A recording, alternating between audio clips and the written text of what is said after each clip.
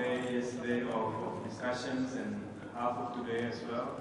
My purpose in asking for the floor this morning essentially really is to pay special tribute to my good friend and dear colleague, the High Representative of the United Nations Alliance for Civilization, His Excellency Ambassador Nasir Abdulaziz Al Nasser, for his huge contribution in ensuring the success of our deliberations. May I ask all of you to please give him a round of applause.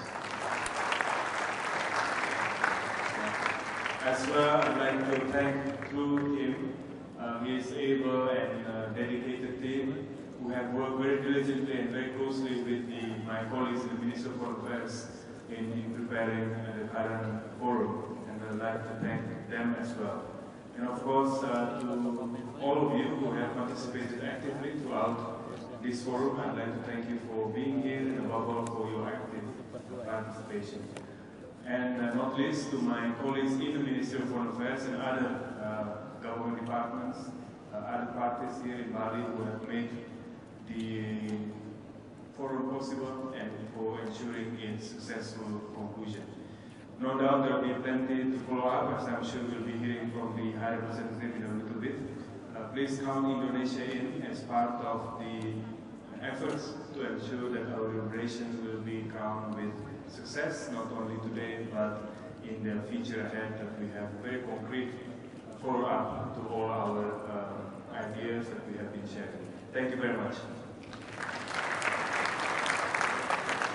Thank you, Excellency. Now I'll kindly invite the High Representative of the United Nations for the Alliance of Civilizations, His Excellency Nasir Abdulaziz Al Nasser, to deliver the closing. Thank you.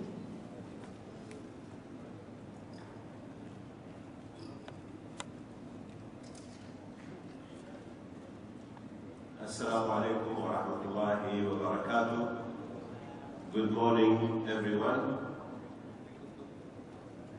Your Excellency, my dear friend, Marty Natgawa, Foreign Minister of Indonesia, Excellencies, distinguished guests, ladies and gentlemen, I am grateful for your thoughtful and helpful intervention during our ministerial segment of the 6th Global Forum. I am also grateful for your stamina and your tolerance. Yesterday was indeed a long day, and I value your input. Aside from our ministerial segment yesterday, provided us with some terrific insights and real opportunities to learn, and of course, we all enjoyed and were energized by the events of Thursday afternoon and evening. It has been a busy and exciting couple of days. Let me recap some of the highlights. Our focal points met on Thursday afternoon. There, they agreed unanimously to the Bali Forum Declaration. You, the ministerial representatives, met yesterday, and we took note of the thoughtful comments made by many of you. We also were gratified to hear that the new pledges of support to our trust fund from Qatar and Indonesia. We also received our first offer to host the 7th Global Forum in 2016 from Azerbaijan. On Thursday, we watched as the 75 youth selected from Indonesia and around the world tackle difficult issues related to building more peaceful, more tolerant societies. We were all impressed by the high quality of the questions they asked of the Secretary General, Foreign Minister, and myself. Indeed, some of the questions were really challenging. Then, we had the great honor to watch the announcement of the new class of awardees of the BMW Intercultural Innovation Award. All finalists will be awarded support to help their project.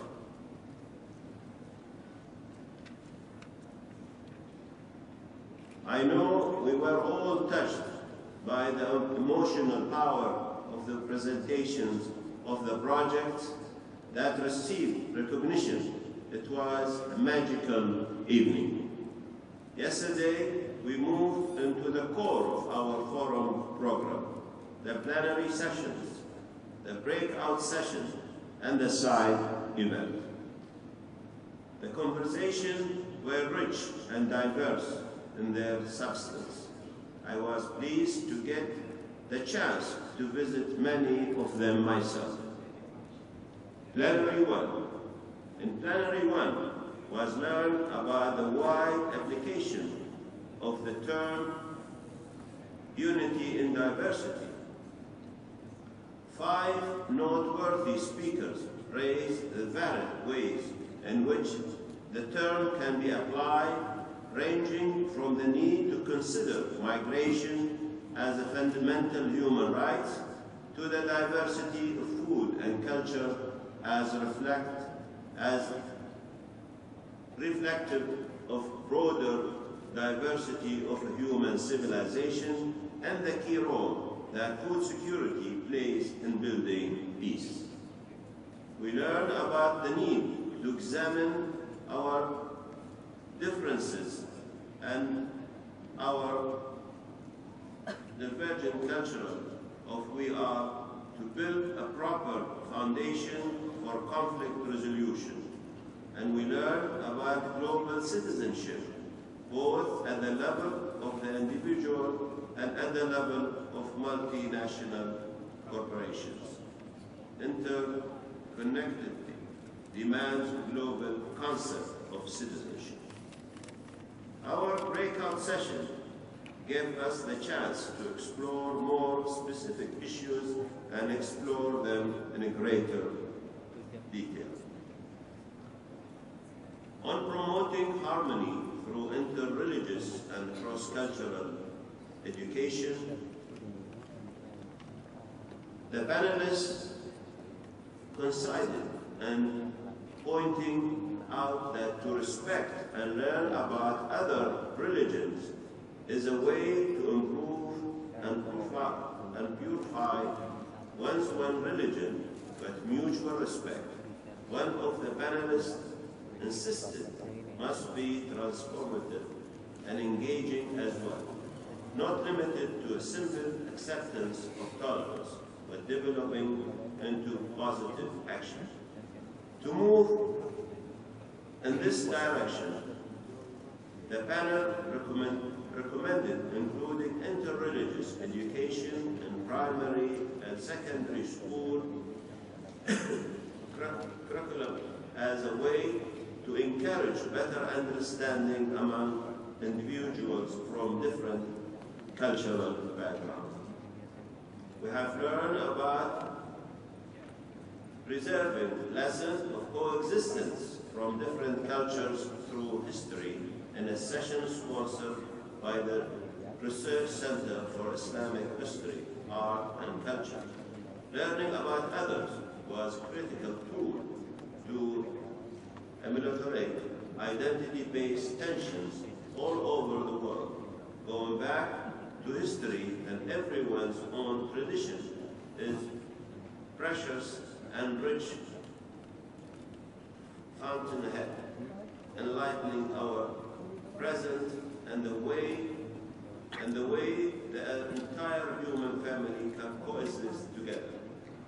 The Universal Peace Federation has sponsored a side event to teach us how to build trust through interreligious dialogue.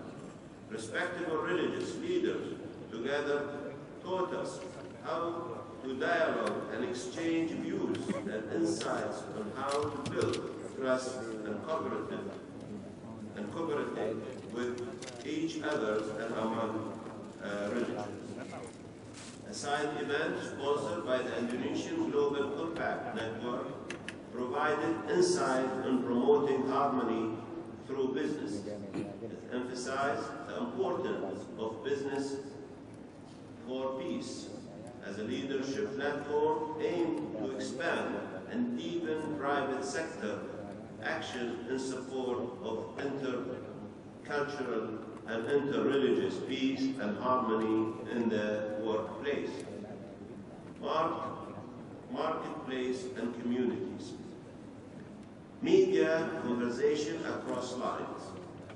A debate about the media's increasing power through social media and constant access to information. Analysts stress that people need to understand and appreciate the enormous power that the media possesses and the damage that it can cause. Realizing that published material, whatever form it may be in, may result in collateral damage.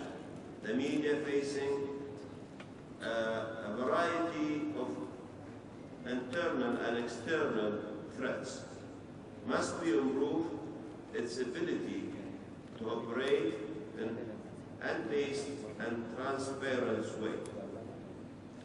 Social inclusion, developments for the post-2015 agenda.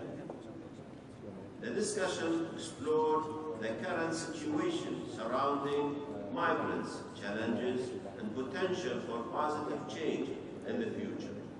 It was asserted that a migration is inevitable. It's necessary that we have the skills available to responsibly manage social diversity. This should translate into the right to access all public services and live within an environment, cultural and religious tolerance that would leave them from to exercise their freedom in exploring their integration while celebrating their diverse identity. One method is to encourage community-based programs that enhance social inclusion in host societies, as well as instill in host governments that it is in their national interest to manage migrant integration well within their country. Youth participation in peace building.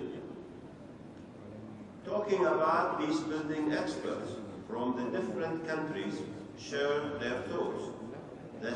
The session started with showing the guiding principles on youth people participation in peace building, which will be used to advance the role of young in peace building.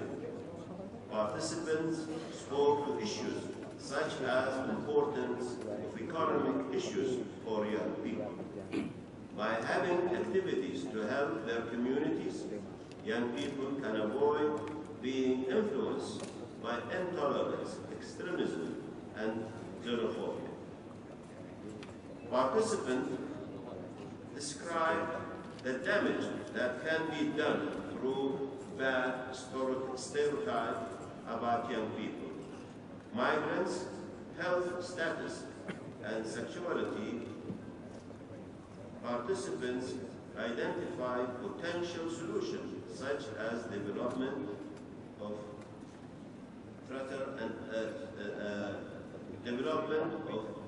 theater and art show to encourage the youth to take part in peace building. Social media was also identified as an effective way to attract youth. Another alternative was the use of contemporary methods of communication to encourage youth to participate in peace building. Alumni of the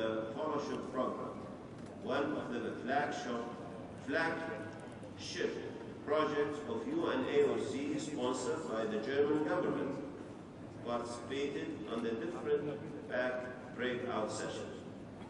The four alumni expressed their commitment to working and fostering understanding and dialogue, and to continue to dedicate their personal and professional lives to making an impact on local communities and institutions with a view to fostering gender equality, social inclusion, economic development, and dialogue. The role of culture in the formulation of a new sustainable development. Cultural heritage and pride was recognized as a main driver to revive and move forward communities after a disaster. Bottom-up instead of top-down initiatives have significantly more chance to be successful.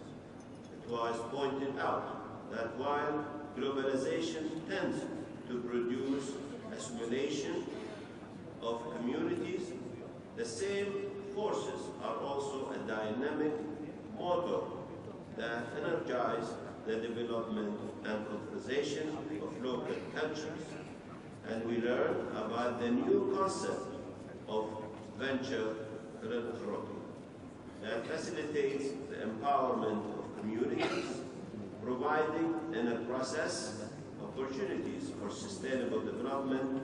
Culture was recognized as a soft power tool to advance the sustainable development agenda.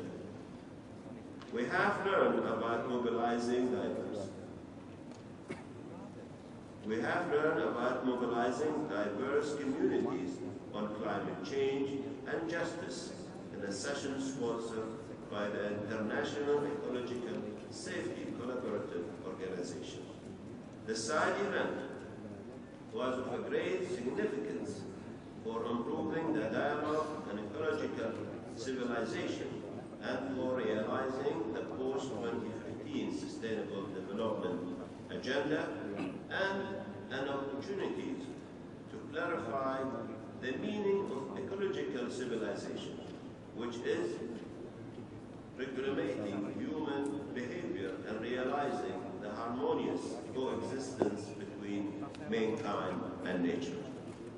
The Food and Agriculture Organization of the United Nations has sponsored a side event and showed us what is involved in promoting cross-cultural understanding through food security.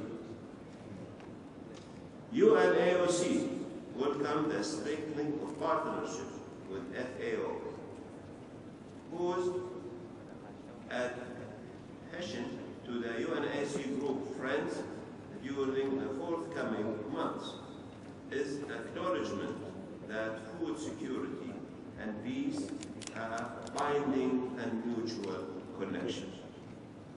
We have learned how to increase awareness on finance and cultural diversity in a session sponsored by the Convention of Independent Financial Advisors.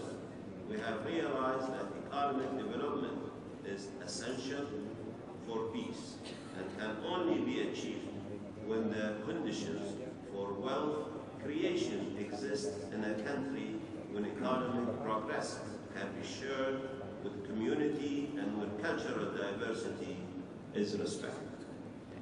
We have benefited from the expertise and uplifting stories of people from all over the world. We have heard voices of wisdom from our great faith tradition, calling us to a world of peace, justice, and environmental sustainability. New alliances have been formed and a new insight has been gained. I am confident that they will continue to be instrumental in advancing the implementation of the Sustainable Development Goals, the SDGs, through innovative partnership under the post 2015 vision, the principles of collective responsibility, collective accountability, collective trust, collective hope, collective sharing, and collective inspiration toward intercultural and interreligious dialogue to achieve unity in diversity have guided us in this forum as members of human family, regardless of our race, religion, ethnicity, cultural or nationality. We stand on common values. From that place, let us work together for a world of greater peace. Harnessing the positive power of social media. The benefit of social media in enhancing democracy is massive, but controls are indeed to prevent abuse that could even lead to aiding terrorists. The use of media, tribes such as Facebook and Twitter in several countries is diverse. It gives young people a voice and they don't have to put their identity, which can make them feel secure. But that security can itself be abused and must be studied further. Fostering understanding through the power of sport, art, music, and entertainment. 4 main lessons were considered the participant crucial elements to foster understanding through power of sport, art, music, and entertainment. Emphasizing the concept of reaching out to challenge ourselves and going into places where you have not been before. Being ready to look at images and stories and surprise and challenge the existing beliefs. Choosing leaders that touch hearts and spirits. Cultivating sense of human empathy. Reception of migration. How to change the narratives about migrants. During this session, panelists discussed how words chosen in articles and perspectives and photography, for example, give a specific reception to readers or viewers. Unfortunately, this perception is often negative. In an effort to provide solution to often negative reception created by common depiction of migrants, UNAOC and Panos Institute Europe has launched a media-friendly glossary on migration. It stresses the importance of using the correct terminology when journalists are reporting on migration. Yesterday, side events include ecological civilization, time calling for common values. This side event focused on the interconnection between ecological issues and economic growth, politics and sustainable development. I attended that event and reminded that participants that ecological issues, while important on their own, also impacted the programs supported by UNAOC. The connection to youth is essential. Changes in our ecological health impact the future, and we know the future belongs to the youth. Handled properly, a well-managed ecology can create economic growth. Excellencies, ladies and gentlemen, we have had a wonderful time here in Baghdad. All of you, government representatives and civil society representatives alike have done your part to make our conversation fruitful and ensure that the 6th Global Forum will long be remembered, not only for the beauty of its setting, but the quality of its debate. Before closing, let me one more time thank our host, Republic of Indonesia. None of this would have happened without the dedication of my dear friend, His Excellency, Minister Martin Natalegawa, and Ambassador Esti and the rest of Indonesian people.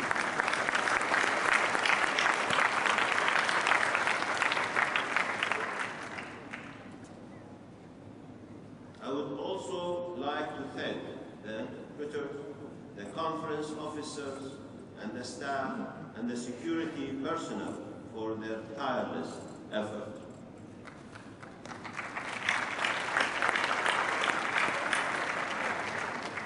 I also would like to thank my team.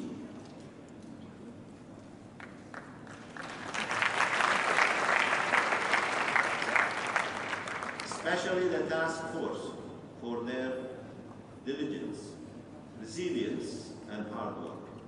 You all did a great job. Before I conclude, I just would like you to applaud for the adoption of Bali Declaration.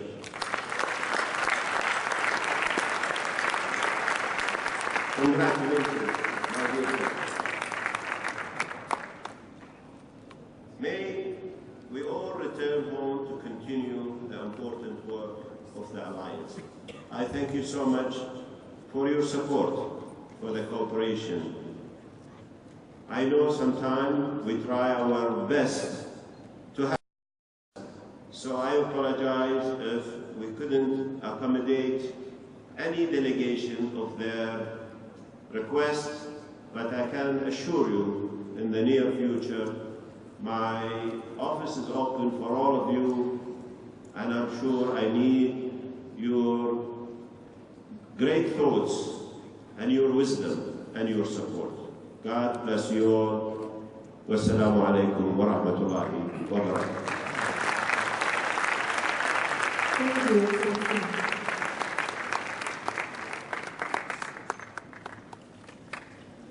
By this, the 6th Global Forum of the United Nations Alliance of Civilization has come to an end. Thank you very much. And we wish you all safe